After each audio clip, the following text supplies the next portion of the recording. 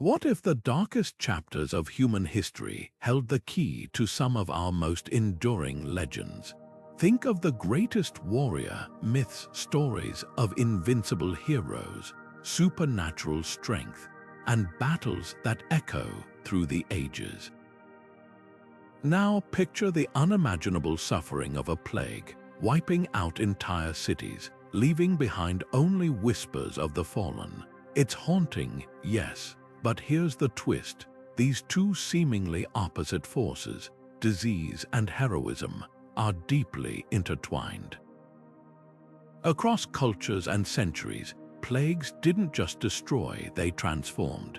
They became the unseen forge where legends were hammered into existence, where ordinary warriors were reborn as gods among men.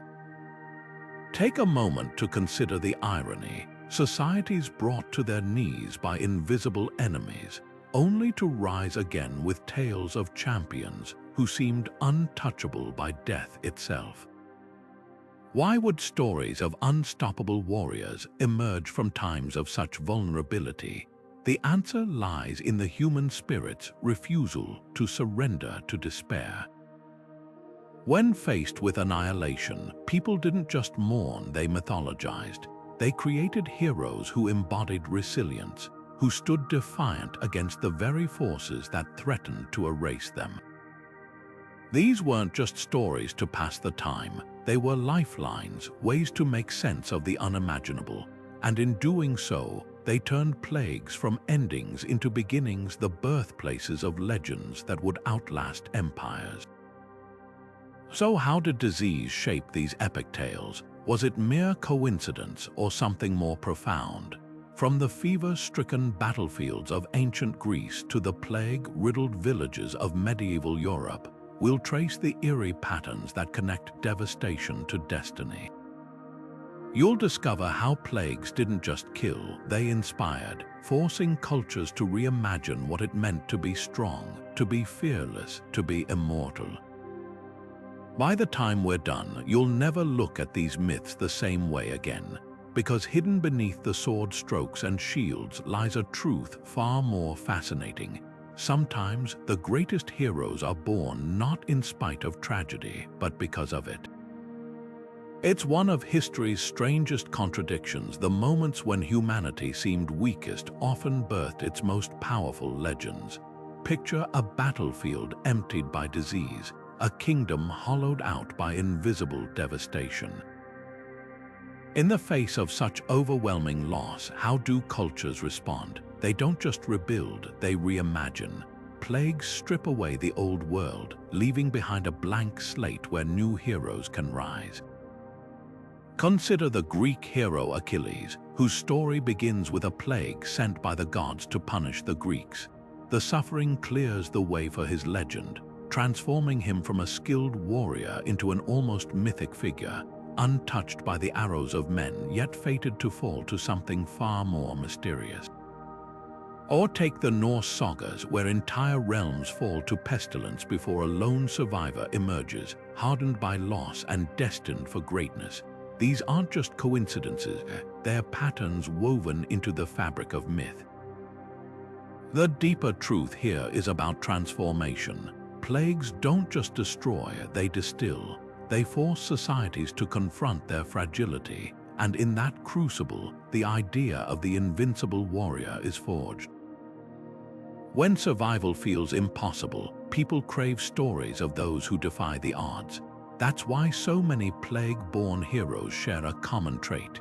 They seem immune, not just to blades and arrows, but to the very forces that laid low everyone around them. It's no accident that the archetype of the lone survivor, the warrior who walks unscathed through a world of death, appears again and again. These myths aren't just escapism, they're survival mechanisms. By telling tales of those who couldn't be broken, cultures found a way to believe they too could endure, and that's the real power of these stories. They don't just entertain, they arm us. When reality offers no answers, mythology provides a shield. The plague-stricken villages of medieval Europe didn't just mourn their dead. they whispered of saints and warriors who battled death itself. In Japan, legends of samurai who faced down epidemics with unshakable resolve became symbols of hope. Everywhere plagues struck, heroes rose in their wake, not because they were real, but because they were necessary. That's the paradox at the heart of these myths. The more devastating the crisis, the more towering the legends it inspires. Because in the end, these stories aren't about the past, they're about the future. They're reminders that even in the darkest times, humanity refuses to stop dreaming of something greater. Long before microscopes or germ theory, plagues were cosmic mysteries, forces so vast and uncontrollable they could only be explained as the will of gods or the turning of fate itself. And in that uncertainty, mythology found its power. Think of the Trojan War, where Apollo's wrath descends as a sickness upon the Greek camp, thinning their ranks before a single spear is thrown. This isn't just a plot device, it's alchemy, transforming ordinary conflict into something sacred. The plague here isn't background noise, it's the anvil against which heroes are tested. When Achilles finally strides onto that battlefield, his strength feels supernatural precisely because he emerges from a world where death came invisibly, indiscriminately. The same pattern echoes in the Norse prophecies of Ragnarok, where the great winter and the plague called famine sweep the earth, clearing the stage for the final clash of gods and monsters. What's fascinating is how consistently plagues serve as narrative fulcrums, moments that tilt the ordinary into the legendary. In the Mahabharata, the Kurukshetra war is preceded by omens of disease, signaling that this won't be just another battle but a reckoning of cosmic scale. The Aztecs told of the 5 suns, each era ending in catastrophe, including pestilence, before the next age of warriors could rise. These stories share a haunting truth. Plagues don't just kill, they reset. They create conditions where the old rules no longer apply, where a lone warrior's survival isn't just luck, it's destiny. And that's the key to understanding why these myths endure. A warrior who triumphs in ordinary times is skilled, but one who emerges from a world scorched by plague, that's a figure touched by something beyond human. The plague becomes the ultimate proving ground, separating the merely strong from the truly mythic. It's no coincidence that so many of these stories feature heroes who are chosen, marked by gods or fate to withstand what others cannot. Their legends aren't just about physical might, they're about defiance in the face of the inexplicable. When societies faced annihilation, these stories answered the unspoken question, how do we go on? The answer was always the same: by believing someone could. The story of Achilles isn't just about a warrior dipped in a magical river. It's a reflection of humanity's oldest fears and deepest hopes. Imagine a time when plagues swept through cities like invisible wildfires, leaving parents desperate for any way to protect their children. The myth of the Styx, where Achilles' mother submerges him to grant invincibility, might seem like pure fantasy, but look closer. Rituals involving water purification, sacred rivers, and protective charms were common across ancient cultures, often tied to warding off sickness. What if the legend of Achilles' invulnerability grew from those very real attempts to shield the vulnerable from disease? The idea of a child emerging unscathed from the waters would have been more than a story. It was a metaphor for survival against impossible odds. Now shift to Japan, where the terrifying Oni weren't just monsters, they were once victims. Folklore tells of plague-stricken individuals transformed into hulking, red-skinned demons with unnatural strength. At first glance, this seems like superstition, but there's a profound logic here. When entire villages perished, those who survived, whether by immunity or sheer chance, were often ostracized, feared as carriers of death. But myths flipped the script. Instead of outcasts, they became warriors. The Oni's fearsome power wasn't just a curse, it was a twisted form of empowerment. In a world ravaged by disease, strength, even monstrous strength, became a form of defiance. This pattern isn't unique to Greece or Japan. Across the globe, plague narratives follow the same arc: devastation, then transformation. The Norse hero Sigurd, bathed in dragon's blood to become invincible, mirrors Achilles' story, another tale of purification through trial. In West African traditions, the Yoruba deity Ogun, associated with both war and healing, embodies this duality. Plagues force cultures to reimagine what survival means, and in doing so, they reshape their heroes. The warrior who emerges from pestilence isn't just skilled, they're altered, marked by the ordeal in ways that elevate them beyond ordinary mortals. What's striking is how these myths turn vulnerability into power. A plague survivor in the real world might be weakened, traumatized, but in legend they become unstoppable. It's as if storytelling itself is a form of alchemy, turning the lead of suffering into the gold of heroism. These narratives don't just entertain, they rewrite reality. When people faced loss on an unimaginable scale, their myths gave them a way to say, "This didn't break us, it remade us." And in that remaking, the ordinary became extraordinary, the mortal became immortal, and the survivor became the stuff of legend. Consider the biblical Samson, a warrior whose legendary strength wasn't just a personal trait, it was a divine endorsement. When plagues ravaged the land of the Philistines, his power became more than physical. It was proof that he stood apart, shielded by higher forces. This idea that surviving a plague wasn't just luck, but a sign of favor echoes across cultures. In Aztec mythology, the god Xipe literally wore the flayed skin of plague victims, a gruesome yet potent symbol of rebirth. To wear death and emerge unbroken was to be transformed, elevated. These stories didn't just describe heroes, they created a blueprint for what it meant to be chosen. What's striking is how often plague myths blur the line between punishment and purification. The Philistine pestilence wasn't random, it was framed as divine retribution, a culling of the unworthy. Samson's strength, then, wasn't just a gift, it was a weapon wielded by the heavens. Similarly, Xipe ritualized suffering wasn't meaningless agony. It was a trial by fire where only the resilient could ascend. Plagues in these narratives became cosmic sieves, separating the ordinary from the extraordinary. And in that separation, warriors weren't just survivors, they were living proof of a higher order. This theme of divine testing takes an even darker turn in the Norse legend of King Harald Hardrada. When a mysterious sickness decimates his army, Harald alone remains untouched, a twist of fate interpreted not as luck but as Odin's favor. Here, the plague isn't just a backdrop, it's the crucible that forges a king's legend. The message is clear: in a world where death comes indiscriminately, those who endure aren't just fortunate, they're anointed. The same pattern appears in the Hindu epic Mahabharata, where the warrior Arjuna survives a celestial plague sent to test the righteous. His survival isn't just personal triumph, it's cosmic confirmation of his role as fate's champion.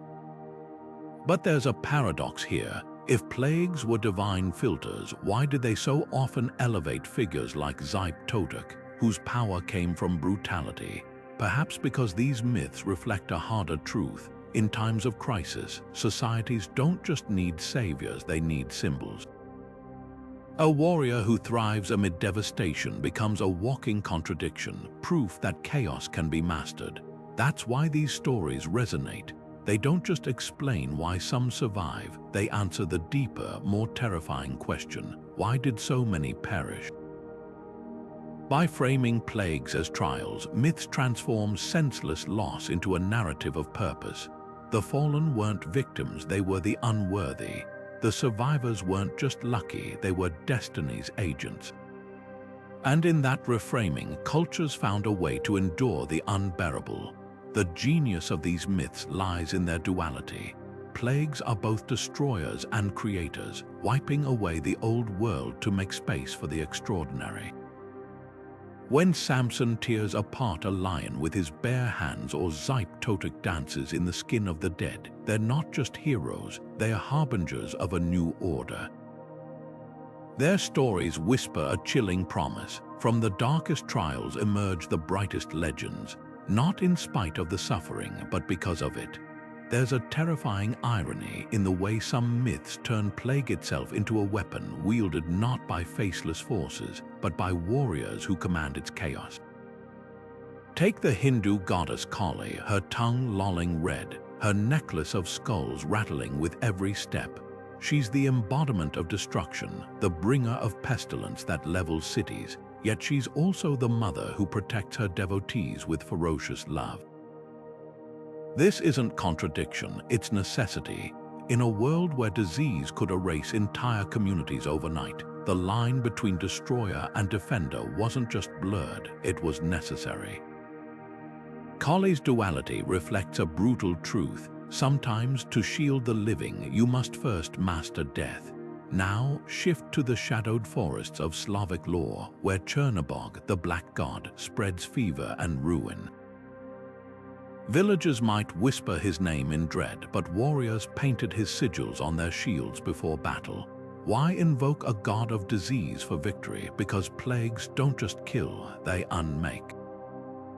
In the right hands, that power could be harnessed, turned against enemies like a cursed blade. Chernobog wasn't just a villain, he was a dark mirror to the chaos of war itself. When survival meant embracing the very forces that threatened you, these figures became unlikely allies. What's fascinating is how these plague-wielding warriors defy simple labels. They're not heroes or monsters, but something far more primal, avatars of survival. The Aztec god Totic flayed his own skin to spread pestilence, yet his rituals promised renewal. The Mesopotamian demoness Lamashtu brought fever to children, but soldiers carried her amulets to ward off enemy arrows. These stories reveal a pattern. When cultures faced existential threats, they didn't just pray for mercy, they sought allies in the ruin. If plague was inevitable, why not have a warrior who could aim it? This duality cuts to the heart of why these myths endure. A warrior who fights with sword or spear is powerful, but one who commands the invisible armies of disease. That's a figure who operates on a cosmic scale. Kali doesn't just destroy, she purges, clearing corruption to make way for new growth. Chernobog's plagues aren't mindless, they're tactical, thinning enemy ranks like a general directing his forces. These aren't tales of senseless violence, they're narratives of control, of bending the uncontrollable to human will. And that's the real revelation here. These myths don't glorify plague, they domesticate it. By giving disease a face, a name, a purpose, cultures transformed random suffering into something with meaning, something that could, in the right circumstances, be useful. The message is as unsettling as it is profound. In the hands of a warrior, even death becomes a tool, not because these societies were cruel, but because they understood the only way to conquer fear was to wield it first. Epidemics don't just set the stage for legendary battles, they sanctify them, turning ordinary conflicts into cosmic turning points. Think of the Mahabharata's Kurukshetra war, where famine and disease sweep the land like a grim overture. This isn't incidental suffering. It's a purification, a stripping away of the old world so the battle can become something more than bloodshed. The warriors who clash on that field aren't just fighting for territory, they're instruments of destiny, carving a new order from the ruins of the old. The plague here isn't tragedy, it's alchemy transmuting chaos into meaning. Now cross continents to Arthurian legend, where the wasteland sprawls under a curse of barrenness and sickness. Crops wither, springs run dry, and the land itself seems to gasp for breath. Enter the Grail quest, not just a search for a sacred cup, but a reckoning. The knights who ride out aren't merely adventurers, they're healers, their journey a ritual to restore balance. The wasteland's blight isn't random, it's a test, a gauntlet thrown down by the universe itself. Only when the land is sick can the true hero emerge, the one who can diagnose its suffering and mend it. This pattern plague, as prelude to sacred war, runs deeper than coincidence. In Norse mythology, the apocalyptic Ragnarok is preceded by Fimbulwinter, a season of endless cold and starvation that winnows the weak from the strong. The surviving gods don't just battle the giants, they enact a cosmic reset, their struggle framed as the only way to break the cycle of decay. Even in Mesoamerican lore, the fifth sun's creation follows the destruction of the fourth sun by plague, signaling that renewal isn't possible without annihilation first. What's striking is how these myths reframe suffering as sacred. A battlefield after a plague isn't just a place of death, it's a temple, a proving ground where the worthy are separated from the damned. The warriors who rise here aren't just skilled, they're chosen. Their victories etched into the fabric of legend because they didn't just fight enemies, they fought entropy itself. When the Mahabharata's Bhishma falls on a bed of arrows, his body too sacred to touch the earth, it's not just a warrior's end, it's the climax of a drama that began with pestilence. The plague was the first arrow, the war the last, and that's the haunting truth these stories whisper. Decay isn't the end, it's the raw material of rebirth. Without the wasteland's blight, the Grail is just a cup. Without the Kurukshetra's suffering, the war is just another feud. Plagues force cultures to confront the unthinkable, and in that confrontation, they find the seeds of their greatest myths. Because when the world is sick, the ones who heal it don't just restore what was lost, they become legends. History has a way of turning survivors into sovereigns, not by chance, but by the sheer weight of their stories. Take Marcus Aurelius, the philosopher-emperor who steered Rome through the horrors of the Antonine Plague. While the empire crumbled around him, his writings reveal a leader who saw crisis not as an obstacle, but as a forge for character.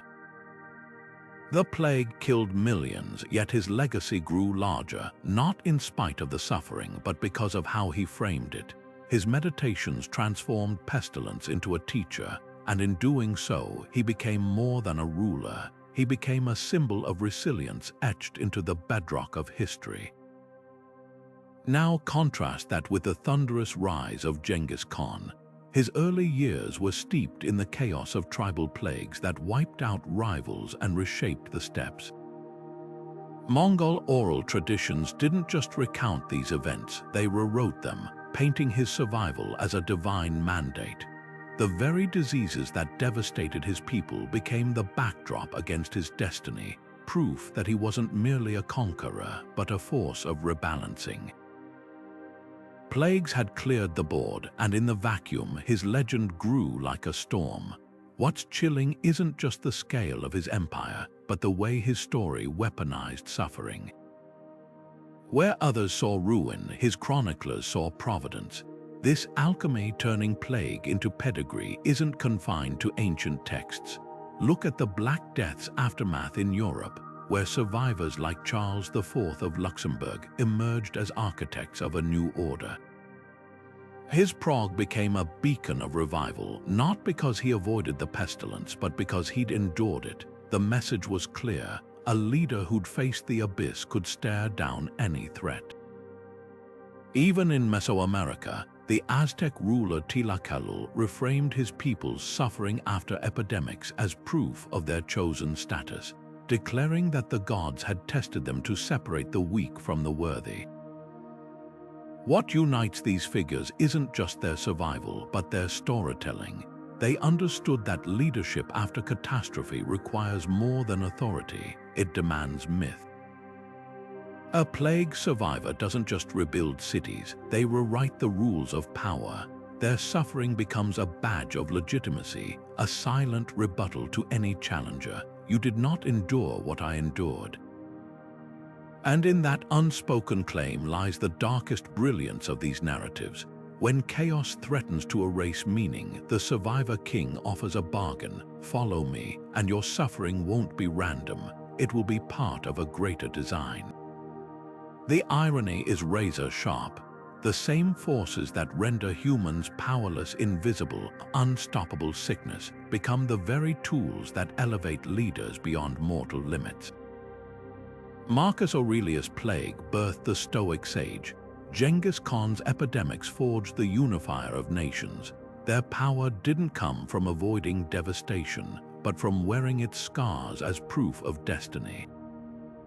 Because in the end, the most potent myth isn't invulnerability, it's transformation.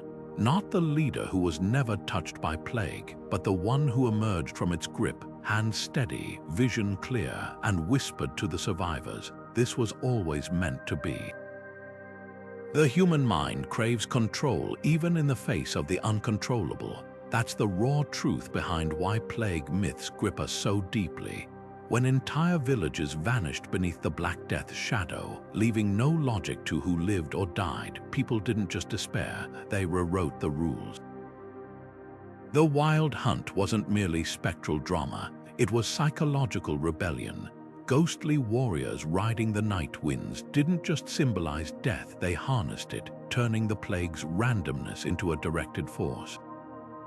This shift from victim to witness, from passive sufferer to awestruck observer, is where the real magic of these myths lies. They don't erase fear, they elevate it, transforming terror into something almost sacred.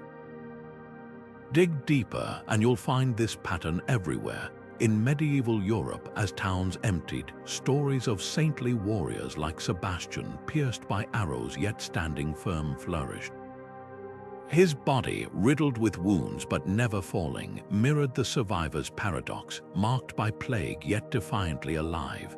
Meanwhile, in Japan, the yokai known as the Nyor Ana emerged, a serpent woman whose very presence caused sickness, yet who could also purify those brave enough to face her.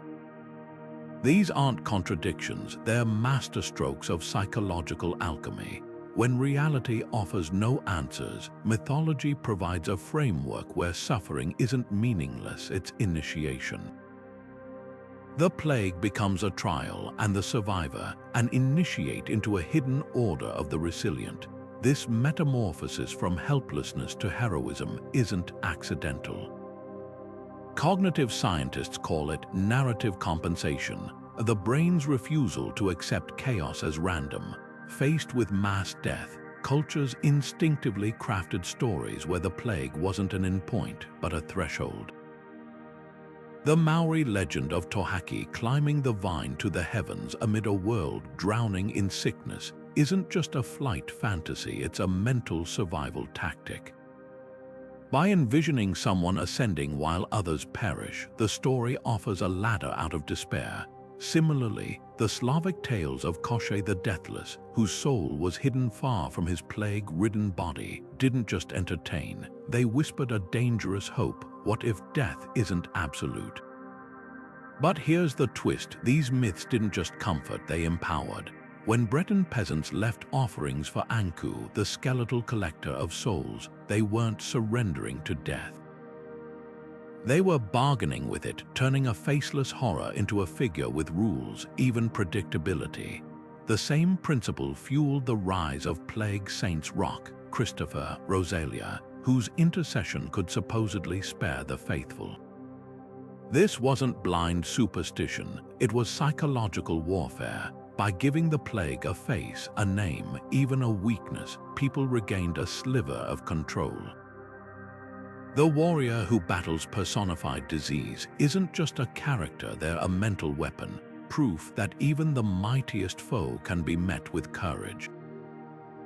What emerges from these stories isn't just resilience, but something far more radical, redefinition. Plague myths don't deny suffering, they rewrite its meaning. The Babylonian demon Lamashtu, who slaughtered infants with fever, was ultimately bound by incantations. The Haitian LWA Baron Samedi, presiding over graves from the pandemic, also offered rebirth. These narratives follow the same arc: first terror, then confrontation, finally transcendence. They acknowledge the plague's power while insisting it's not the final word. That's why these legends endure not as escapism but as blueprints. When the world crumbles, they remind us the human spirit doesn't just endure, it reimagines. And in that act of reimagining, even the darkest hour births legends that light the way forward. Some warriors don't just survive plagues, they wield them like weapons. Take the Celtic Morrigan, whose very presence could turn battlefields into fever wards. She didn't just predict death, she orchestrated it, summoning swarms of disease carrying crows to soften enemy lines before striking. This wasn't mere superstition, it was psychological warfare. Imagine the terror of watching your comrades fall not to swords, but to invisible sickness, while your foes advance untouched. The Morrigan's power lay in blurring the line between war and plague, proving that devastation didn't need a blade to be deadly. Now, shift to Mesopotamia, where Lamashtu, the demoness of stillbirth and fever, haunted the night. But here's the twist: she wasn't an unstoppable force. Warrior healers like Pazuzu, the wind demon, rose to challenge her, not with brute strength but with amulets and incantations. This was combat on a cosmic scale, a duel where disease was the battlefield, and the true warrior wasn't the one who swung the hardest, but the one who understood sickness as a foe to be outmaneuvered. The lesson in these myths: survival wasn't about immunity, it was about strategy. What makes these figures so chillingly compelling is their duality. The Morrigan isn't just a bringer of plague, she's a sovereign of fate, choosing who thrives and who withers. Lamashtu, for all her horror, forces societies to innovate, birthing the first warrior healers who dared to fight sickness as if it were an enemy army. These myths expose a raw truth. Plagues didn't just inspire tales of strength but of adaptation. When death came invisibly, the greatest warriors were those who could battle the unseen. And that's the genius of these narratives. They don't just merge plague and warfare, they redefine what it means to be a hero. A sword is useless against a fever, so the warrior must become something more. The Morrigan's crows and Pazuzu's amulets aren't just tools, they're symbols of a deeper understanding. That true power lies in mastering every form of destruction, even those that leave no visible wounds. This theme echoes in the Hindu goddess Mariamman, who spreads smallpox but also cures it. Villagers once carried her effigy through infected streets, not to flee the disease but to confront it, to turn the source of suffering into its remedy. Here, the warrior isn't separate from the plague. They're its keeper, its tamer. The message is clear: in a world where sickness is inevitable, the fiercest legends are born not by avoiding the storm, but by learning to ride its winds. So why do cultures keep telling these stories? Because they reveal an uncomfortable truth. Sometimes survival means embracing the very thing that terrifies you. The Morrigan, Lamashtu, Mariamman, they're not just monsters or saviors, they're mirrors. They show us that the line between destroyer and protector isn't just thin, it's necessary. And in that tension, they give us the most radical hope of all, that even the deadliest forces can be harnessed, if only we're brave enough to try. The greatest quests often begin not with a call to glory, but with a land in torment. When Gilgamesh sets out on his impossible search for eternal life, it's not mere curiosity that drives him, it's the wails of Uruk's plague-stricken citizens echoing through his palace walls. His journey isn't about personal gain, it's a ruler's desperate attempt to spare his people from the indiscriminate reaping of disease. Similarly, when Beowulf sails to Heorot, he isn't just confronting a monster, he's stepping into a kingdom where Grendel's swamp-born terror has become synonymous with the creeping dread of pestilence. Scholars have long noted how the creature's lair mirrors descriptions of festering bogs where medieval communities believed miasmas bred. These heroes don't choose their battles, the battles choose them, rising from the collective nightmares of societies pushed to the brink. What transforms these from simple monster-slaying tales into something deeper is their structure. The plague isn't just backdrop, it's the catalyst that turns a warrior into something more. In the Old English poem, The Wanderer, a lone survivor of some unnamed devastation walks through ruins, his sword useless against the invisible enemy that took his kin. His journey becomes one of spiritual reckoning, proving that not all heroic quests end with trophies. Sometimes the real victory is finding meaning in the aftermath.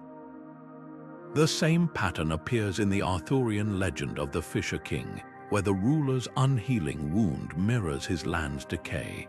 Here, the knight's quest isn't to kill a monster, but to ask the right question, to diagnose the illness at the heart of the kingdom. This connection between plague and pilgrimage reveals a profound cultural truth. When faced with existential threats, societies don't just want survival, they want narrative. The Babylonian Ludlul Bel Nemeki tells of a nobleman stricken by divine punishment, his body covered in sores as he searches for answers.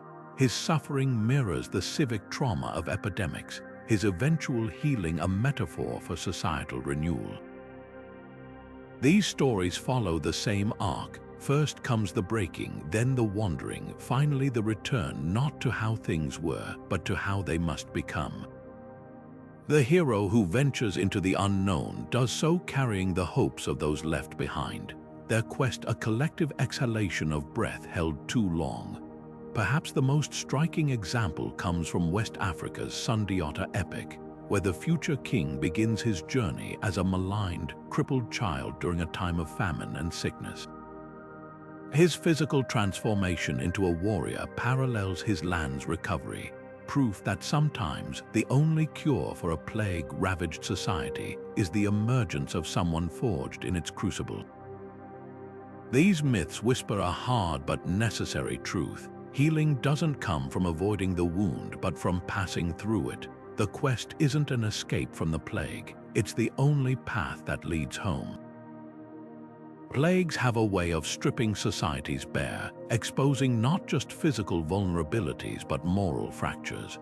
When Thebes withers under Apollo's wrath in the Oedipus myth, the sickness isn't random, it's a divine indictment, a demand for truth. Oedipus, the king who once saved his people by solving the Sphinx's riddle, now faces a darker puzzle. The plague will only lift when he confronts his own past.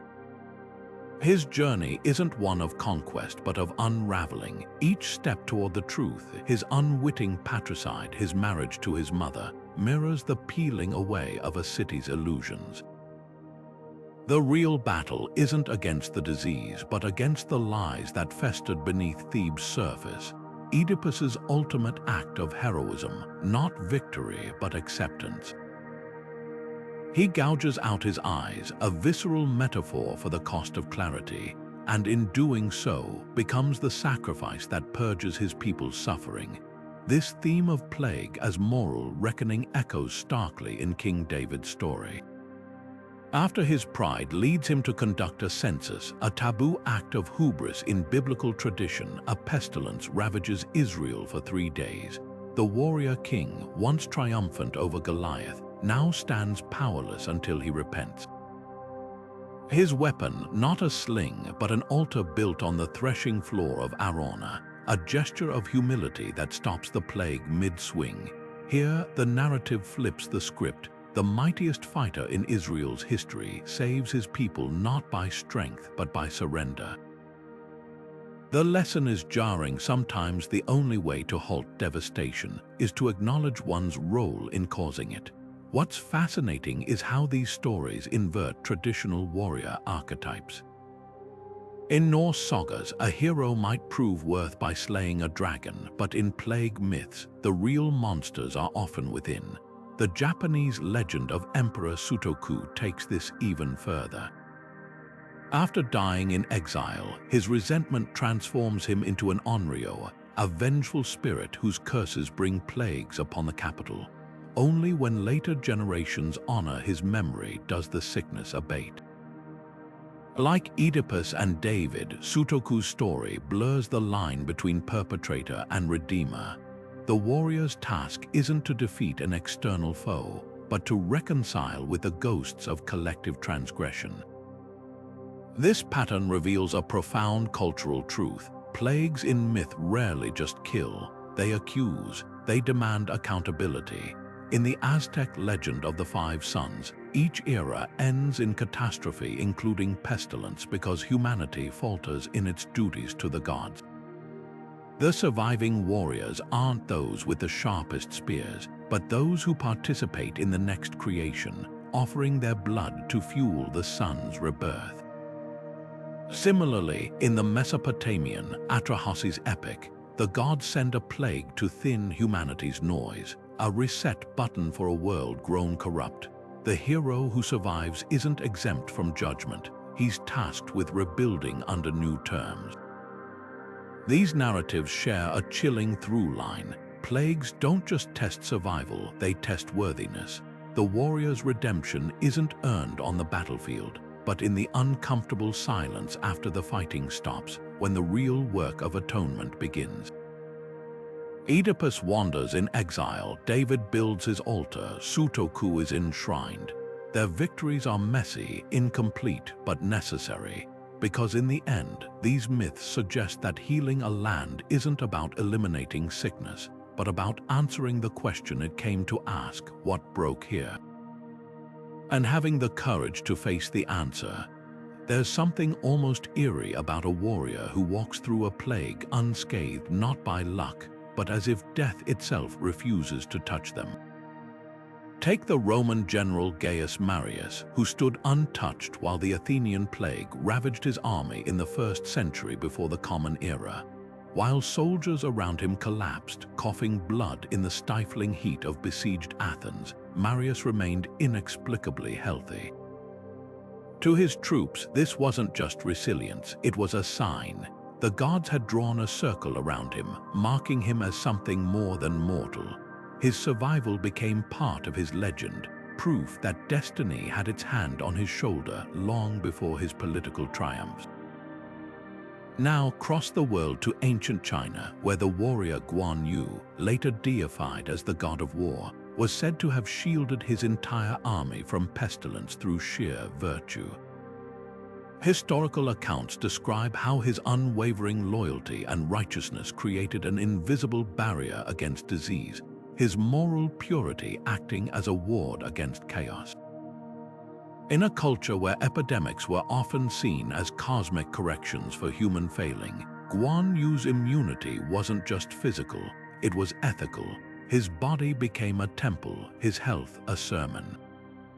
This idea that plague immunity signals divine favor runs like a golden thread through warrior myths. In the Hindu epic Mahabharata, the hero Arjuna survives a celestial sickness meant to test the righteous, his unscathed body serving as a living verdict: this one is chosen. Similarly, Norse sagas tell of King Harald Hardrada, whose entire army succumbed to a mysterious fever during a campaign, leaving him alone and unharmed. His followers didn't call it chance, they called it Odin's gaze. What's fascinating is how these stories twist the very nature of strength. A warrior who dodges arrows is skilled, but one who dodges plague. That's a figure operating on a different plane entirely. Their bodies become sacred texts, their survival a scripture written in invisible ink. The Aztecs took this further, believing that warriors who survived smallpox were infused with the god Zyp-Totec's power. Their scarred skin not a mark of weakness, but a second armor gifted by the divine. But here's the darker undercurrent. These myths aren't just about celebration, they're about separation. The plague dodger stands apart, their immunity drawing a line between the blessed and the damned. In medieval Europe, soldiers who survived the Black Death were often feared as much as revered, their bodies seen as either touched by God or bargaining with darker forces. This duality reveals the real power of these tales. They don't just explain survival, they weaponize it. When Marius rallied his remaining troops, his untouched health wasn't just a personal trait, it was a banner. A promise that some men aren't bound by the rules that govern others. And that's the unsettling genius of these legends. They transform biological chance into cosmic intent. The warrior who evades plague doesn't just live, they transcend, their very breath becoming evidence of a world where death isn't the end, just a door some are meant to walk past. Not every warrior born from plague emerges as a beacon of hope. Some crawl from the wreckage twisted into something far darker. Take the Viking draugr, those hulking undead figures said to claw their way out of mass graves where plague victims were buried without proper rites. These weren't just zombies, they were perversions of the warrior ideal, their strength unchecked by morality, their rage festering like the diseases that killed them. Sagas describe them as swollen with pestilence, their touch carrying the same rot that claimed their lives. The draugr embodied a terrifying truth. When societies faced annihilation, even their protectors could become predators.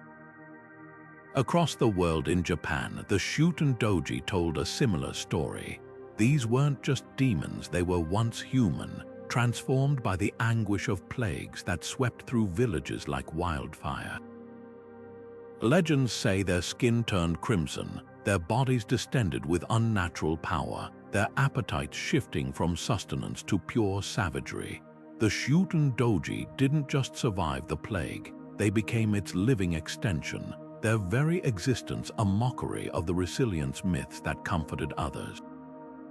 What made them so chilling wasn't their strength, but their origin. They were warnings: survive a catastrophe, and you might not recognize what you've become. Even in Mesoamerica, the Aztec Cihuateteo fallen women who died in childbirth were said to descend during eclipses, bringing epilepsy and sickness to children.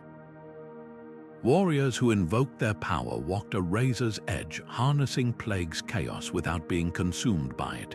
These figures weren't pure evil, they were cautionary tales. The Cihuateteo's wails weren't just sounds of torment. They were reminders of the cost of unchecked power. The common thread here is corruption. Plagues don't just test the body, they test the soul. The draugr, the Shuten Doji, the Cihuateteo, they're all reflections of what happens when survival strips away humanity. A Viking who dies honorably in battle might ascend to Valhalla, but one buried in a plague pit with no rights. That's how you get a monster. A Japanese peasant who endures suffering might become a folk hero, but one twisted by it. That's how you get a demon. These myths don't just scare us, they force a brutal question. In the fight to outlast devastation, what lines are you willing to cross? And that's the real horror lurking beneath these stories. The draugr's strength isn't fictional, it's a mirror. When societies fracture under plague's weight, the line between hero and monster blurs. The warrior who takes too much, who justifies cruelty as necessity, who forgets that survival isn't the same as living, that's the true plague-born nightmare. Not the creature in the dark, but the darkness it whispers we all carry. There's a moment in myth where the warrior's sword becomes a scalpel, where the power to take life transforms into the power to restore it. Asclepius, the Greek god of healing, wasn't always divine. He began as a mortal warrior, his hands stained with battle until a serpent, the very symbol of plague's creeping horror, whispered the secrets of medicine into his ear. This twist is staggering. The creature that brought venom also brought antidotes. Asclepius's staff, entwined with that serpent, became more than a symbol. It was a declaration that true mastery over death didn't come from fighting it head-on, but from understanding its rhythms. His temples, called Asclepions, weren't just hospitals. They were battlegrounds where healers waged war on suffering, armed with herbs instead of blades. Now consider Saint Sebastian, his body pierced by arrows yet standing unbroken. Artists painted him again and again during the Black Death, not as a victim but as a shield. Here was a warrior who'd faced execution only to become a living testament to endurance. Survivors prayed to him not for vengeance but for mercy. His arrows, once instruments of torture, morphed into metaphors for plague's invisible strikes, and his survival offered a flicker of hope. If he could withstand such torment, perhaps so could they. These warrior healers share a radical philosophy. Strength isn't proven by how many foes you slay, but by how many lives you spare. In Hindu tradition, Dhanvantari emerges from the churning ocean holding not a weapon, but a pot of Amrita, the nectar of immortality. He's depicted as a physician, yet his origins are cosmic, his role that of a divine field medic for humanity's wounds. Even the Norse Valkyries, often pictured as choosers of the slain, had a lesser-known duty. They carried mead that could heal as easily as it could intoxicate. The brilliance of these myths lies in their duality. The warrior who masters plague doesn't just defeat an enemy, they absorb its lessons. The serpent that taught Asclepius was both poison and cure. Sebastian's arrows brought death until they didn't. These stories whisper that the line between destroyer and healer isn't just thin, it's permeable. When societies faced devastation, they didn't just need fighters, they needed translators, figures who could speak the language of suffering and answer it with something wiser than violence. That's why these legends endure. They don't just offer comfort, they redefine power. A conqueror builds empires on bones, but a healer rebuilds worlds from ashes. The true test of a warrior isn't whether they can survive a plague, it's whether they can end one. Apocalyptic myths don't just predict the end, they orchestrate it, with plagues acting as the opening act to history's final battle. The Book of Revelation's pale rider, Pestilence, doesn't ride alone. He's flanked by war, famine, and death, a grim quartet clearing the stage for humanity's last stand. This isn't random chaos, it's a calculated unraveling. Like a surgeon excising infected tissue, these stories portray plagues as cosmic surgeons, cutting away corruption so the world can be reborn. The Zoroastrian Phrasocratic prophecy takes this further, describing a purging fever so thorough it leaves only the righteous standing, those destined to fight alongside the savior warrior sentient in the ultimate clash of light and darkness. What makes these narratives so chillingly compelling is their cold logic. Plagues aren't tragedies here, they're auditions. In the Norse Ragnarok, the Great Winter and the plague called Fimbulvetter thin the ranks of gods and mortals alike, ensuring only the strongest survive to face the giants. The Aztec fifth sun myth follows the same blueprint. The fourth world ends in pestilence, its survivors becoming the seeds of a new age. These stories share a brutal calculus. Renewal requires annihilation. A warrior can't rebuild a world still clinging to its old sicknesses. The genius of these myths lies in their duality. Pestilence isn't just destruction, it's preparation. When the Christian Armageddon's trumpets sound, the plague has already done its work, separating the wheat from the chaff. The Hindu Kalki Purana describes a similar winnowing. As Kali Yuga's corruption peaks, a sword-wielding avatar emerges, but only after diseases have scoured the land. These warriors don't fight for victory, they fight for clean slate. Their battles are less about conquest than cosmic housecleaning, with plague as the broom that sweeps the old world away.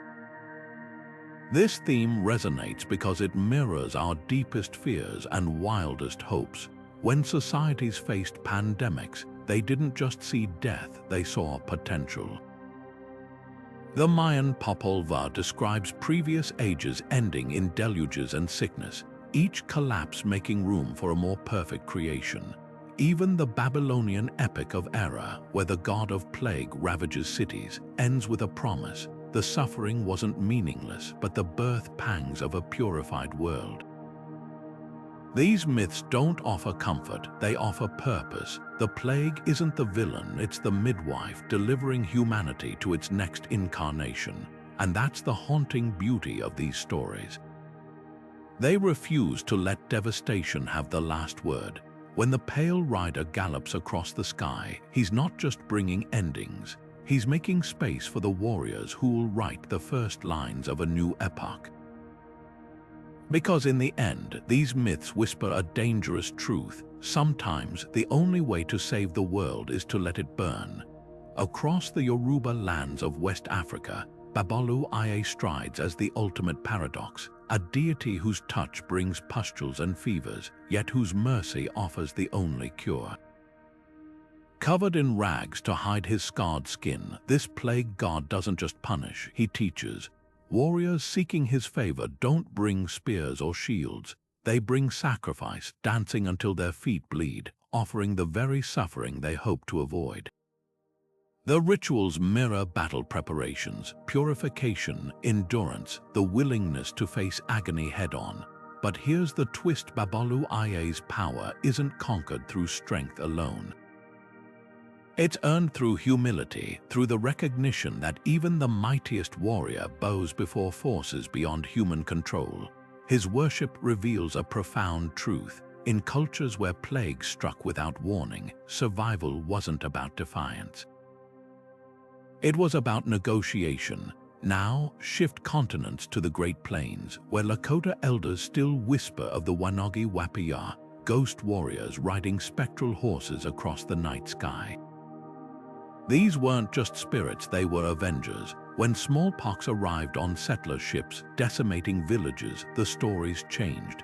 The Wanogi Wapiya became carriers of the sickness, their haunting cries echoing the wails of the dying.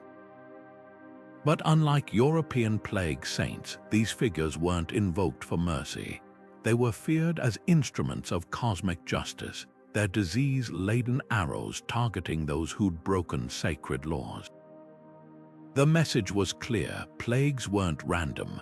They were the consequence of imbalance, and only by restoring harmony through courage, ritual, or battle could the land heal. This duality between healer and destroyer appears even in the icy reaches of Siberia. The Evenk people's tales speak of the Amaka, shamans who could summon pestilence as a weapon against enemies, then transform into wolf-like guardians to lead their people to safety. To wield such power required more than magic, it demanded the heart of a warrior. The Amaka didn't just fight with physical weapons, they battled invisible enemies in dream realms, their souls forged in fires of spiritual combat. When a plague struck, the community didn't just wait for death. They sent their warrior shamans into the spirit world to negotiate with the forces behind the suffering.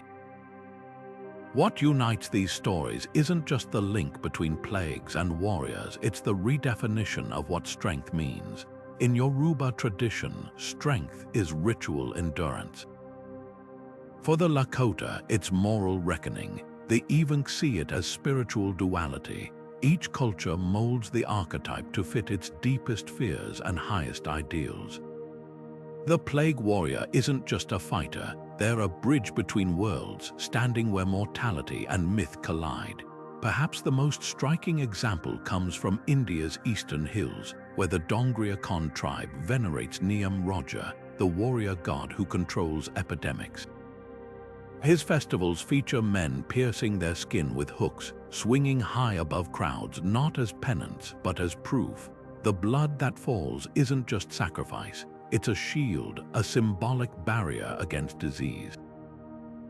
Here, the warrior's pain becomes communal protection, their endurance a collective exorcism.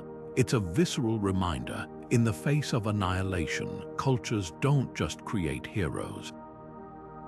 They create mirrors, reflecting back the traits they need most: resilience, unity, the courage to stare into the abyss and declare, "Not today."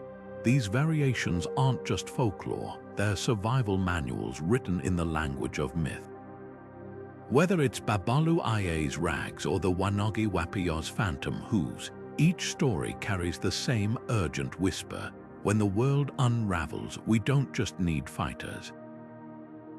We need those who can walk the razor's edge between destruction and salvation, armed with nothing but the will to reinterpret what it means to be strong.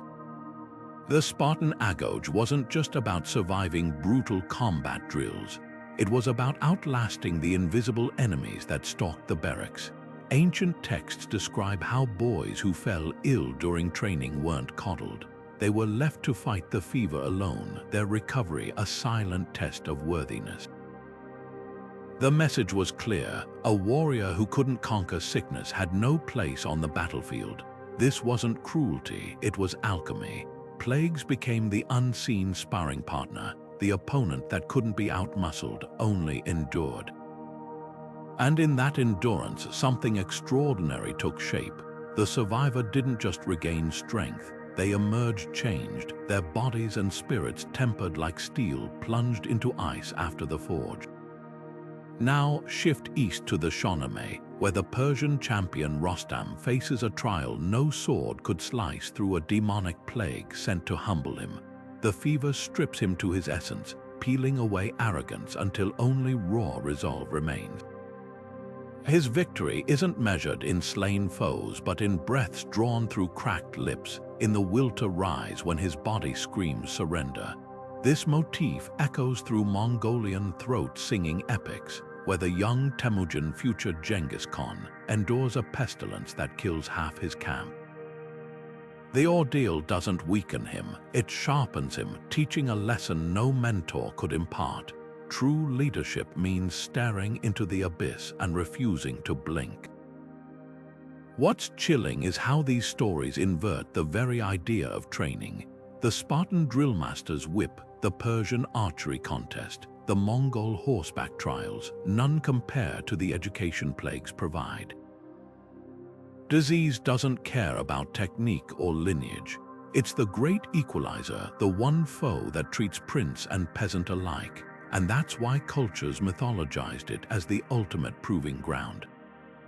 When the Celtic hero Cu Chulainn falls ill before his final battle, the Ulster cycle doesn't frame it as weakness, it's a final tempering, the last hammer stroke that perfects the blade. His fever dreams become visions, his suffering a bridge to the other world. This reframing of plague as teacher reveals a brutal wisdom. Resilience isn't taught, it's earned. The Maori warrior Tohaki climbs a vine to the heavens, his body racked with sores from the trials below. Each pustule, each wave of nausea is a rung on the ladder to divinity.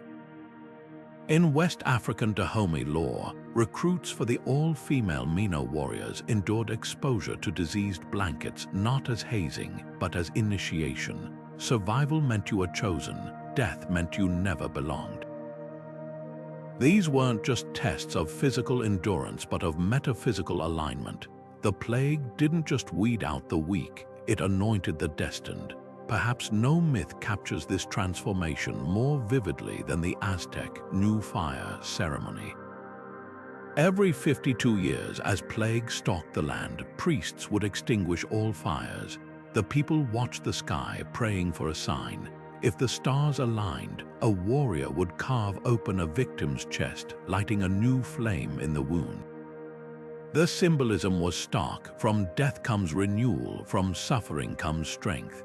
The warrior priest didn't just witness the plague, he harnessed it, turning collective terror into a spark of hope. These stories share a bone-deep truth. The greatest warriors aren't those who avoid suffering, but those who let it remake them. When Rostam staggers from his sikt, when the Spartan boy opens his eyes to the training yard's dawn, they carry something unshakable, not just immunity, but understanding. They've stared into the void and learned its language, and that knowledge, hard-won in the body's darkest hours, becomes their most potent weapon, because a warrior forged in plague's fires doesn't just fight to win. They fight to prove that even the cruelest teacher couldn't break them. Mariamman strides through South Indian villages with a crown of neem leaves, her body shimmering with the heat of smallpox. Unlike the thunderous war gods of myth, her power isn't in the swing of a blade but in the flick of her wrist, one moment spreading fever, the next cooling brows with sacred turmeric paste. She's worshipped by the Valor women, warrior priestesses who dance with pots of burning camphor balanced on their heads, their bare feet pressing into earth thick with the ashes of plague victims. This isn't just devotion, it's defiance. While most cultures relegated women to the sidelines of battle, Mariamman's myth flips the script. Here, plague isn't just a weapon, it's a teacher, and the ones wielding its lessons are women.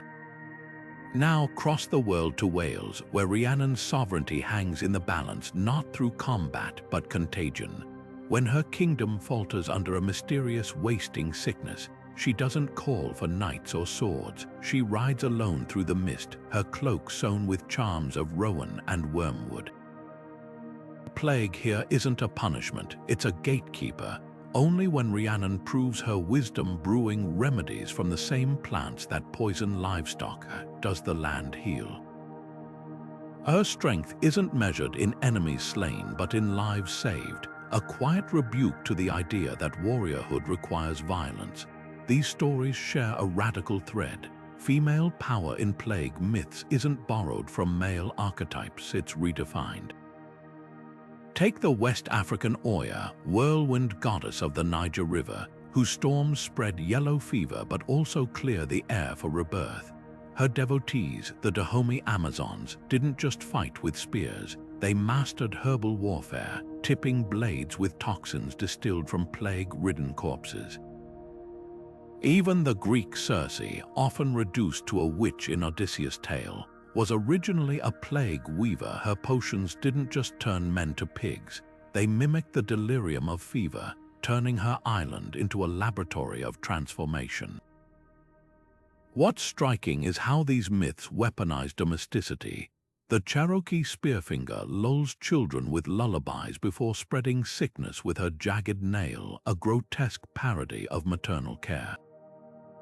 Yet she's balanced by Selu, the corn mother whose body, when slain, sprouts healing herbs from her blood. Both are warriors in their own right, one wielding plague as a knife, the other as a scalpel. This duality reveals a truth often buried. In cultures where women's primary battleground was the home, plague became their frontline. Perhaps the most haunting example lies in Japan's Yuki Onna, the snow spirit who freezes travelers mid-step. She's not a mindless killer, she's a widow, her vengeance born from watching her family perish in a village consumed by fever. Her icy touch mirrors the numbness of grief, her drifting form a reminder that survival sometimes means becoming the storm. Like Mariamman's fiery grace or Rhiannon's herbal mastery, she embodies a brutal elegance. Female warriors in plague myths don't conquer through brute force. They outlast, bending devastation into something resembling mercy. These narratives matter because they rewrite the rules. When Mariamman's dancers whirl through epidemics, when Rhiannon's herbs stitch the land back together, they're not just surviving, they're reclaiming. Plague, so often a symbol of helplessness, becomes proof that strength wears countless faces. And in a world still learning to see women as more than damsels or demons, these myths whisper an old secret. Sometimes the deadliest warriors are the ones who know how to heal. The greatest test of a warrior's honor isn't the clash of steel, it's the silence of a plague ward. When Kusunoki Masashige, the legendary samurai, chose to stay in a village ravaged by pestilence, he wasn't just defying death, he was rewriting the rules of valor. While other warriors measured their worth in duels won or heads taken, Masashige knelt in the filth of the sickroom, handing out bowls of rice vinegar steeped with herbs. His sword stayed sheathed, his true weapon was compassion. In that moment, Bushido, the way of the warrior, wasn't about glory on the battlefield. It was about refusing to look away when the world crumbled. Centuries later, his name still echoes not for the battles he fought, but for the one he didn't, the quiet war against despair. This theme of plague as moral crucible burns equally bright in Arthurian legend. When the wasteland's blight withers Camelot's fields, it isn't brute strength that lifts the curse, it's Percival's humility. The young knight, raised in isolation, doesn't boast of his skill with a blade when he finally reaches the Grail Castle.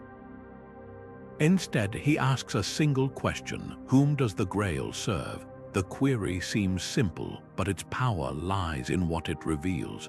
A warrior's might means nothing if it doesn't serve something greater than themselves. The land heals not because Percival is the strongest knight, but because he's the one who remembers that true strength is stewardship. These stories share a startling revelation. Plagues don't just kill bodies, they expose souls. In the Mongolian secret history of the Mongols, young Temujin encounters a rival clan stricken by disease. His followers urge him to slaughter the weakened enemies. Instead, he leaves them with a gift of fermented mare's milk, a remedy his own mother taught him. The act seems like weakness to his warriors until years later, when those spared men become his most loyal allies. The lesson: honor isn't a weapon, it's a seed. What you plant in the wasteland determines what grows from it. Nowhere is this clearer than in the Hindu Mahabharata, where the warrior Yudhishthira faces a choice during a famine: feed his starving troops with grain stolen from a plague-ridden village, or let them go hungry. He chooses hunger, and in doing so, unwittingly spares his army from infection. The epic frames this not as luck but as dharma, the cosmic law that rewards moral clarity. Plagues here aren't random suffering, they're divine audits, separating those who cling to ethics from those who abandon them at the first sign of hardship. But perhaps the most poignant example comes from an unlikely source: the Black Death's shadow over Europe. While most knights barricaded themselves in castles, the Breton warrior Bertrand du Guesclin did the unthinkable. He ordered his men to bury their swords and dig graves instead. When challenged by his peers, he famously replied, "A tomb built by honest hands outlasts 1,000 monuments stained with cowardice." His defiance reshaped the very definition of chivalry, proving that sometimes the bravest battle is fought with a shovel, not a sword.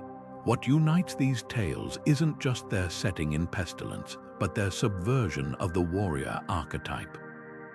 The samurai, the knight, the nomad, the king each discovers that plagues don't respect armor or lineage.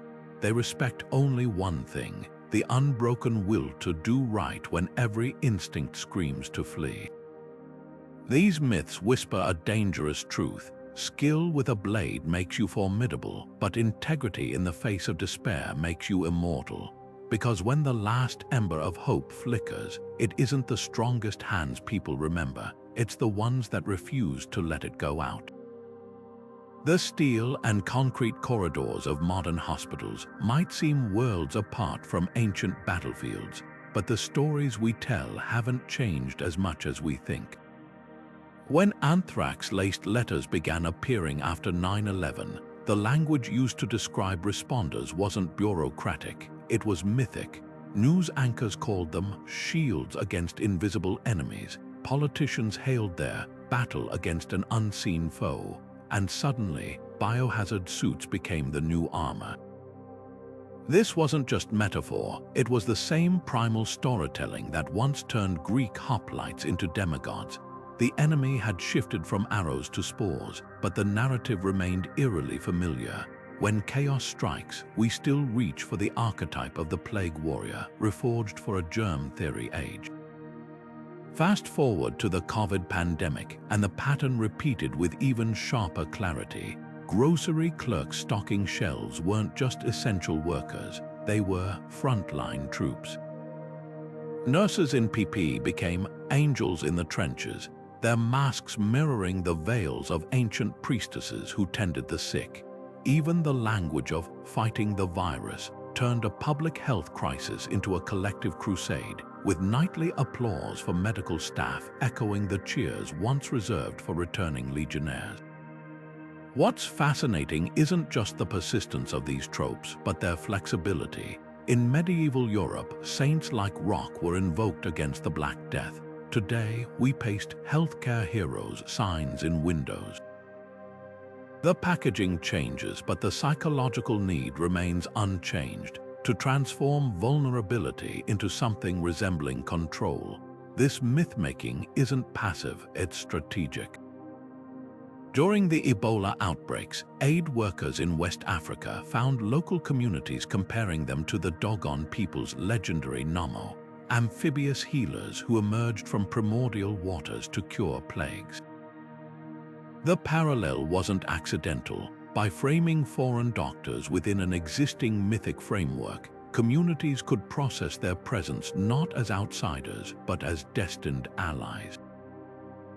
Similarly, when South Korean health officials used drone light shows to track infections during COVID, the displays unintentionally mirrored ancient Korean rituals where floating lanterns warded off disease spirits. Technology advanced, but the underlying impulse to visualize the invisible enemy stayed rooted in tradition. Yet there's a darker edge to these modern parallels. Just as Viking draugr legends warned of warriors twisted by plague, today's narratives sometimes veer into martyrdom. The expectation that nurses should work without adequate protection, or that grocery employees should risk infection without hazard pay, echoes the old trope of the warrior whose worth is measured in suffering. When New York City projected images of healthcare workers onto skyscrapers like secular saints, the gesture was uplifting but also subtly reinforced the idea that true heroes don't demand safer conditions, they endure. This isn't just appreciation, it's a subconscious revival of the warrior's bargain, glory in exchange for sacrifice. What makes these modern myths so potent is their adaptability. In Tokyo, sanitation workers disinfecting subway stations were dubbed the clean samurai, their sprayers likened to water swords purifying cursed ground. Brazilian favelers organized plague brigades of motorcycle couriers delivering medicine, a direct echo of the Yoruba warrior god Ogun's messengers who raced through epidemics with healing herbs. Even the dystopian aesthetics of pandemic movies feed the cycle, portraying survivors in hazmat suits like knights of a ruined world. The imagery sticks because it taps into something primal, the need to believe that when systems fail, individuals can still stand between us and the abyss. Beneath all this lies a quiet revelation. These aren't just stories, they're survival tools. When a nurse in Michigan described intubating patients as holding the line, she wasn't being dramatic.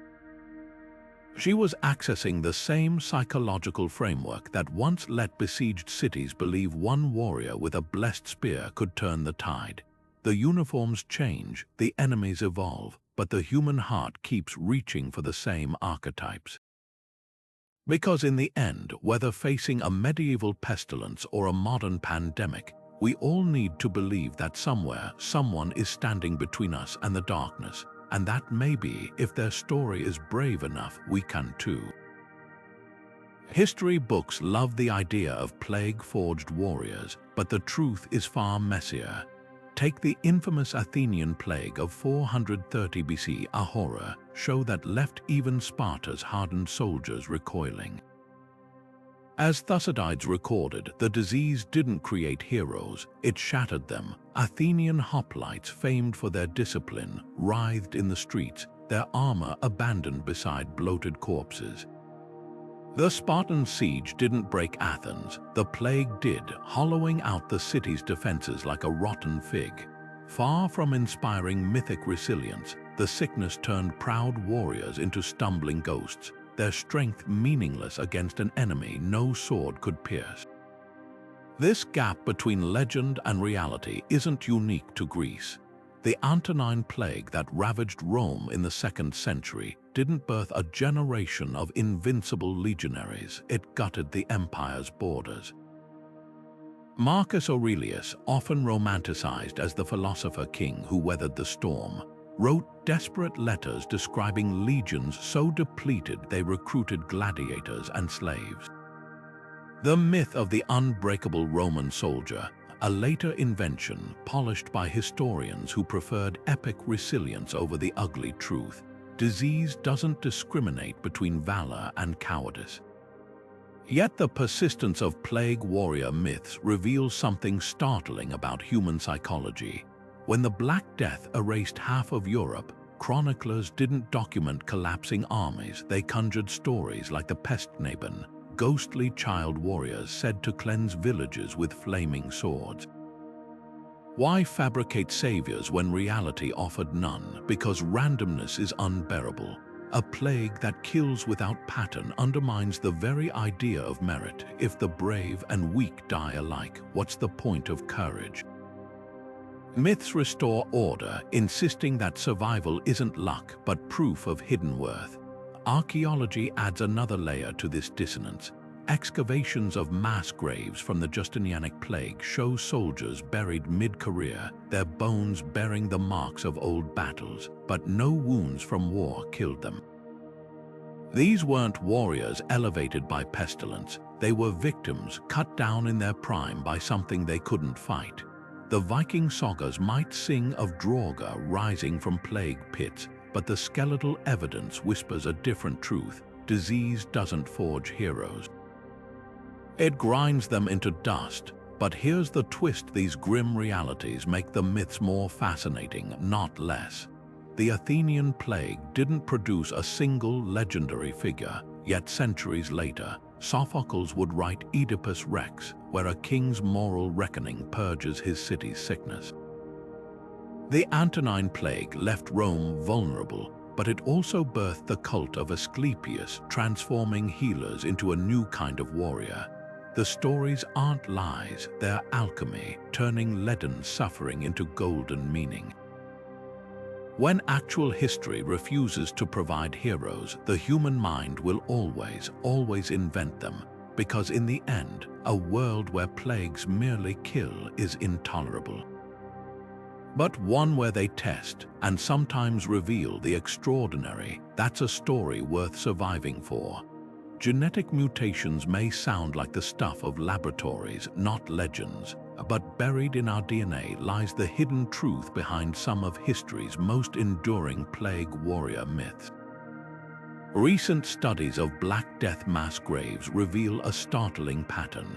Survivors often carried a genetic variant called ERAP2, which turbocharged their immune response.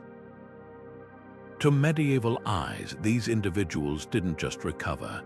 They seemed untouchable, walking through streets piled with corpses while remaining unscathed. Imagine the awe inspired by a warrior who nursed the sick yet never fell ill, whose very blood appeared to repel death. Science now confirms what folklore suspected. Some people were biologically marked as different, their resilience less a divine gift than an evolutionary fluke. These weren't just survivors, they were living proof that humanity could adapt to the unimaginable, their bodies silently scripting the first drafts of hero myths.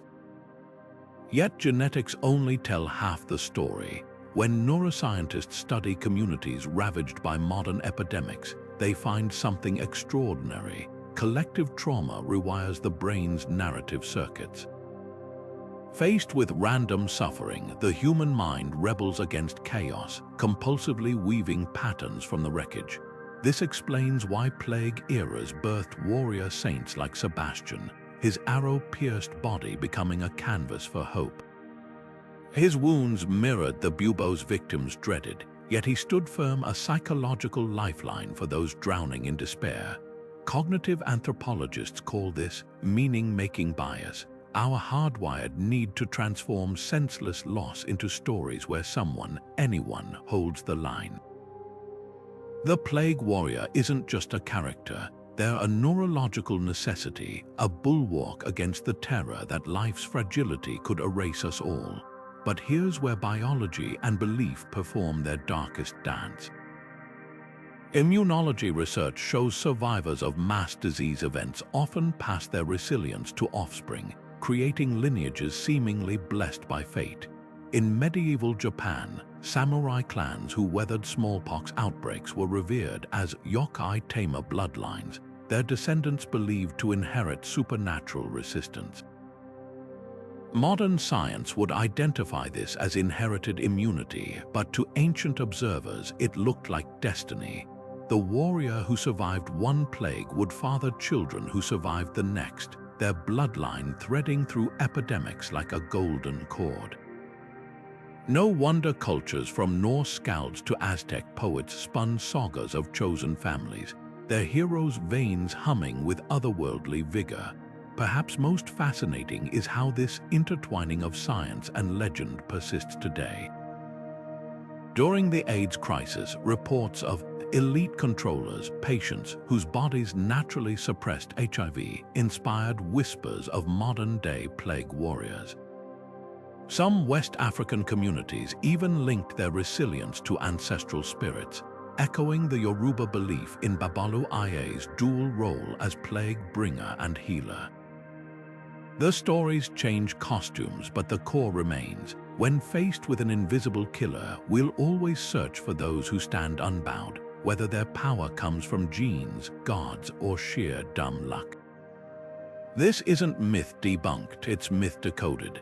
The plague warrior archetype endures not because it's false, but because it's rooted in profound biological and psychological truths.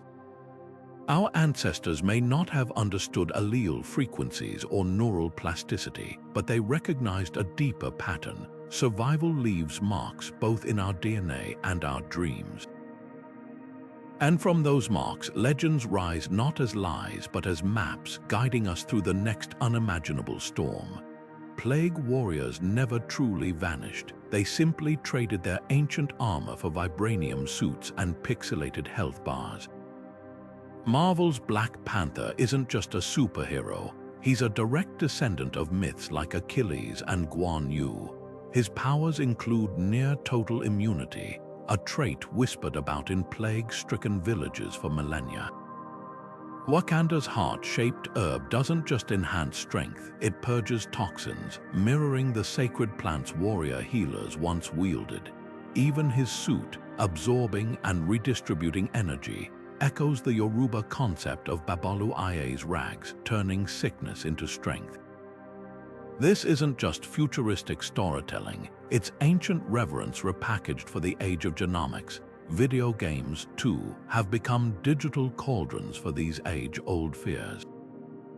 In Dark Souls, the curse-rotted Greatwood isn't just a boss, it's a grotesque homage to the draugr and Shuten Doji, its bloated form oozing with the same pestilence that once haunted medieval sagas. Players who succumb to the abyss don't merely die, they hollow, their characters transforming into plague-twisted husks. The genius here is psychological. The game weaponizes the same dread that made Viking warriors fear dying without a sword in hand. Lose your purpose and you become the monster, a modern retelling of the warrior's bargain with survival. Even zombie apocalypses are plague myths in disguise. The Last of Us doesn't just pit survivors against infected hordes. It asks who gets to be the Rostam or Mariaman in this new world. Ellie's immunity isn't a plot device. It's a narrative lightning rod, channeling the same awe once reserved for shamans who walked through smallpox wards untouched. The Firefly's desperation to harvest her cure mirrors ancient rituals where a single survivor's blood was believed to hold the key to collective salvation. These stories don't invent new fears, they dress old ones in fungal spores and military dystopias. But the most fascinating evolution might be in Assassin's Creed, where the Templars weaponize the Black Death to cull the unworthy. Here, plague isn't just backdrop, it's ideology, echoing the Aztec belief that epidemics were cosmic filters.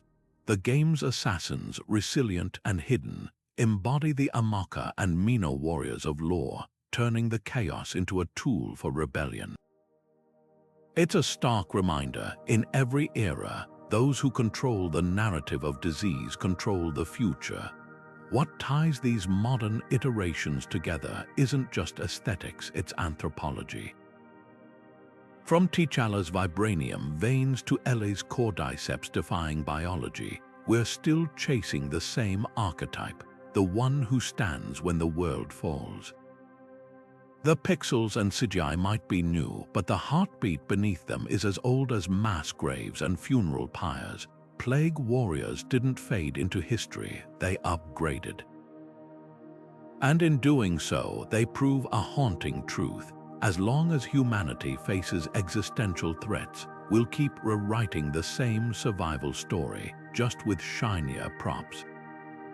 We live in an age where pandemics flicker across our screens in real time, where a cough in one country becomes a global alert by nightfall.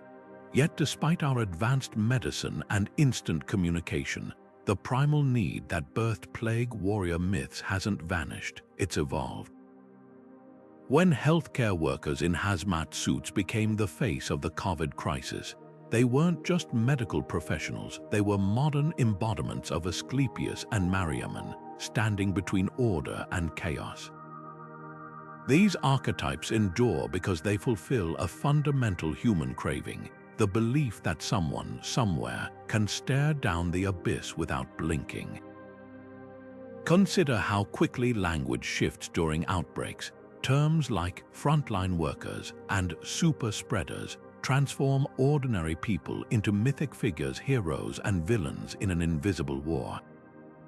This isn't accidental. It's the same psychological alchemy that once turned Black Death survivors into saints and samurai who weathered smallpox into yokai tamers. Our brains are wired to frame randomness as narrative, to shape chaos into characters we can root for or fear. When a nurse in Milan described her ICU as a battlefield, she wasn't being dramatic, she was accessing a storytelling template older than Homer. But these myths offer more than comfort, they provide strategy. The Cherokee story of the Corn Mother, whose body sprouts healing herbs after her death, isn't just a fable, it's a roadmap for resilience.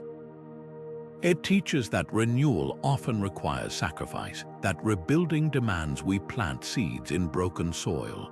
During the Ebola crisis, Liberian communities revived ancestor rituals to bolster morale, framing their survival not just as luck but as legacy.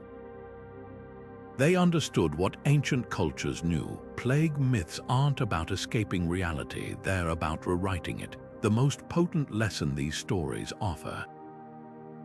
Transformation. After the 1918 flu pandemic, artists like Edvard Munch painted their feverish hallucinations, turning sickness into art that still chills viewers today. His famous The Scream isn't just a portrait of anxiety, it's a plague warrior's testament, proof that even terror can be forged into something meaningful. Modern trauma psychology confirms this ancient wisdom. Those who contextualize suffering as part of a larger narrative recover faster. Whether it's a Viking saga or a COVID survivor's blog, the act of storytelling becomes the sword that cleaves despair. So the next time a crisis looms, whether it's a virus, a natural disaster, or a personal loss, listen for the myth rising around you. Notice how neighbors become essential workers, how scientists are dubbed virus hunters, how your own small acts of endurance take on epic weight. These aren't just metaphors, they're the latest verses in humanity's oldest survival hymn. Because when the world grows dark, we still light torches the same way our ancestors did, by remembering that every plague, real or metaphorical, is also a crucible. And in that white-hot space between ruin and rebirth, we get to choose what kind of warriors we'll be. Not invincible, not unscathed, but undeniably, defiantly alive. From Achilles to zombie apocalypses, plagues and warriors have been locked in an eerie dance across centuries. One that reveals far more about humanity than we might expect. These aren't just stories, they're survival strategies etched into the collective imagination. When the Greeks imagined Achilles striding through Apollo's pestilence, when medieval villagers whispered of saints who stood untouched by the Black Death, they weren't just spinning tales. They were coding resilience into narrative, transforming helplessness into a kind of power. The genius of these myths lies in their refusal to let disease have the final say. Instead, they flip the script, turning the very thing that shatters societies into the anvil that forges their legends. Consider the irony. Plagues are the great equalizers, striking down kings and peasants alike. Yet in their aftermath, cultures consistently conjure figures who defy this randomness: warriors marked by fate, healers blessed by gods, survivors whose bodies seem to whisper secrets of immunity. These archetypes don't emerge by accident. They're psychological lifelines, answers to the unbearable question, why did some live when so many died? Myths provide order where reality offers none. The Viking who rises from a mass grave as a draugr, the Japanese Oni twisted by pestilence into monstrous strength. Even the darkest legends insist that survival means something, that it transforms. Today, we see this same alchemy at work. During the COVID pandemic, doctors in PPE were dubbed angels by exhausted communities, their scrubs compared to armor. Vaccine scientists became wizard warriors in headlines, their labs recast as modern forges where miracles were hammered out. The language betrays our deepest instincts. When faced with the incomprehensible, we still reach for the mythic. A teenager surviving Ebola isn't just lucky, she's chosen in news reports, her blood scrutinized for clues like the elixirs of old. The parallels aren't coincidental. They're proof that these narratives aren't relics, they're blueprints, hardwired into how we process suffering. So what do we do with this knowledge? Perhaps the greatest lesson lies in the duality of these stories. Plague myths don't just glorify survival, they interrogate it. The samurai who stays to tend the sick rather than flee, the knight who seeks the grail not for glory but to heal the wasteland. These figures remind us that true strength isn't about dominance. It's about purpose. When modern nurses describe their work as holding the line, they're invoking the same ethos as Arthur's knights or the Yoruba priestesses who danced with fire to ward off sickness. The battlefield has changed, but the war remains, to stand between chaos and community, no matter the cost. As we face future crises, whether viral outbreaks or climate disasters, these ancient stories offer an unlikely compass. They teach us that devastation doesn't just destroy, it reveals. The heroes we craft in Plague's wake aren't just fantasies, they're mirrors, reflecting the values we cling to when the world trembles. So the next time you encounter a plague myth, whether in a history book or a superhero movie, listen to what it's really saying. Beneath the blood and blades, these tales carry a stubborn hope that even in the ruins, we'll always find someone willing to rebuild. Not because they're invincible, but because they're human, and sometimes that's enough to tip the scales.